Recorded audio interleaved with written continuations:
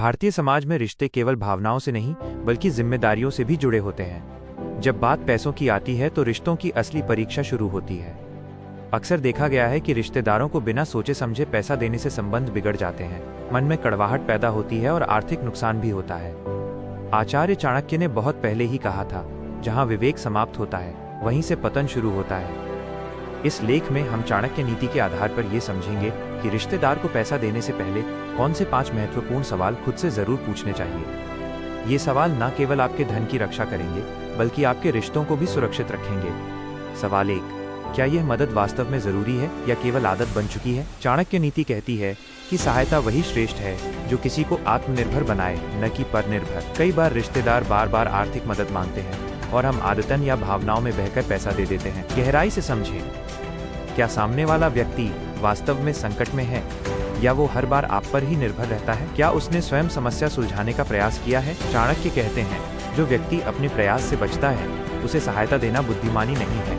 यदि आपकी मदद किसी को आलसी बना रही है तो वो मदद नहीं, नुकसान है। उदाहरण, मान लीजिए एक रिश्तेदार हर 6 महीने में व्यापार के नाम पर पैसा मांगता है, लेकिन न तो हिसाब देता है और न ही स्थिति सुधारता है। ऐसी स्थिति में मदद करना समझदारी नहीं बल्कि मूर्खता है। सवाल 2, क्या मैं ये पैसा खो देने की स्थिति में भी शांत रह पाऊंगा? चाणक्य नीति का एक महत्वपूर्ण सिद्धांत है, जो सहन न कर सको उसमें प्रवेश मत करो। खुद से पूछें, यदि ये पैसा वापस न आए तो क्या मैं मानसिक रूप से ठीक रह पाऊंगा? क्या इससे मेरे परिवार की आर्थिक स्थिति प्रभावित होगी?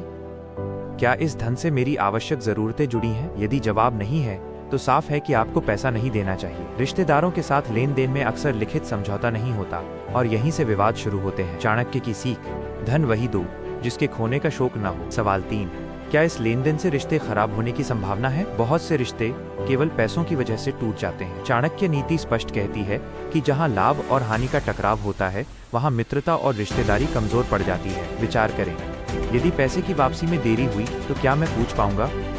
क्या सामने वाला मेरी बात को समझेगा या टालमटोल करेगा? क्या इससे सम्मान और विश्वास में कमी आएगी? सच्चाई, अधिकांश मामलों में पैसा वापस मांगने पर रिश्तेदार नाराज हो जाते हैं। ऐसे में आप न पैसा पा पाते हैं न रिश्ता बचा पाते हैं। सवाल 4, क्या सामने वाला व्यक्ति भरोसे के योग्य है? चाणक्य नीति में व्यक्ति की पहचान उसके आचरण से करने पर जोर दिया गया है, न कि रिश्ते से। जांच के बिंदु, क्या उसने पहले लिए गए पैसों को समय पर लौटाया है? क्या वो अपनी बातों पर कायम रहता है? संकट में उसका व्यवहार कैसा रहा है? चाणक्य कहते हैं, विश्वास पात्र वही है जो विपत्ति में भी धर्म न छोड़े। यदि व्यक्ति का अतीत संदिग्ध रहा है तो भविष्य में सुधार की उम्मीद करना भ्रम हो सकता है। सवाल 5, क्या मैं मदद के बजाय कोई और समाधान दे सकता हूं? हर समस्या का समाधान पैसा ही नहीं होता।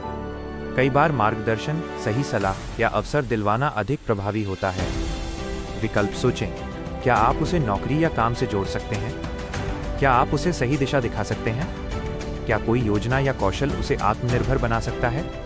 चाणक्य नीति कहती है, ज्ञान का दान धन के दान से श्रेष्ठ है। चाणक्य नीति के अनुसार पैसा और रिश्ते, चाणक्य ने स्पष्ट कहा है कि धन और भावनाओं को मिलाने से विवेक कमजोर होता है। इसलिए उन्होंने कुछ नियम बताए। 1, बिना सोच विचार के धन दान न करें। 2, हर सहायता के पीछे उद्देश्य स्पष्ट हो। 3, भावुक निर्णय से बचें। 4, स्वाभिमान और सुरक्षा को प्राथमिकता दें।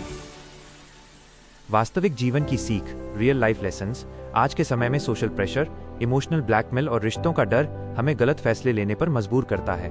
लेकिन चाणक्य नीति हमें सिखाती है कि कठोर दिखने वाला निर्णय ही कई बार सबसे करुणामय होता है। निष्कर्ष, कंक्लूजन, रिश्तेदार को पैसा देना गलत नहीं है, लेकिन बिना विवेक के दिया गया पैसा रिश्तों का विनाश कर सकता है। चाणक्य नीति हमें सिखाती है कि भावनाओं से नहीं, बुद्धि से निर्णय लें। यदि आप इन 5 सवालों को खुद से पूछकर निर्णय लेंगे तो न केवल आपका धन सुरक्षित रहेगा बल्कि रिश्तों में भी सम्मान बना रहेगा। याद रखें,